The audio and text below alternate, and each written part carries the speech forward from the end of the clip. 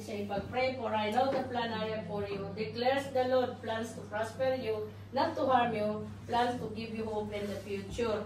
So sabi niya, Sister Suzette, may your next year be filled in this joy and love.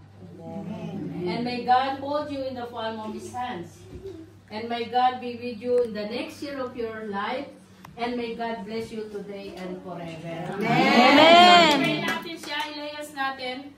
Yan, ano man yung mga desires at declare nyo kay Sister Suzette, ay dobling ibabalik ng Lord sa inyo. Amen. Yes, so Lord God, hallelujah. Maraming salamat sa buhay ni Sister Suzette.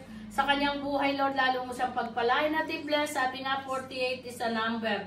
Ba't nakita mo ang puso ng kapatid kong ito, Panginoon? Lalo mo silang pagpalain. Nandun yung protection kasama ang kanyang asawa. Thank you, Lord, sa buhay niya dahil ikaw ay isa sa mga tumawag sa kanya, Panginoon, in the name of Jesus. At dinideclare ko yung promotion na hindi siya mawalan, lahat ng anumang protection sa kanya, walang sakit at karamdaman, at magamit mo siya mightily sa inyong salita in the name of Jesus.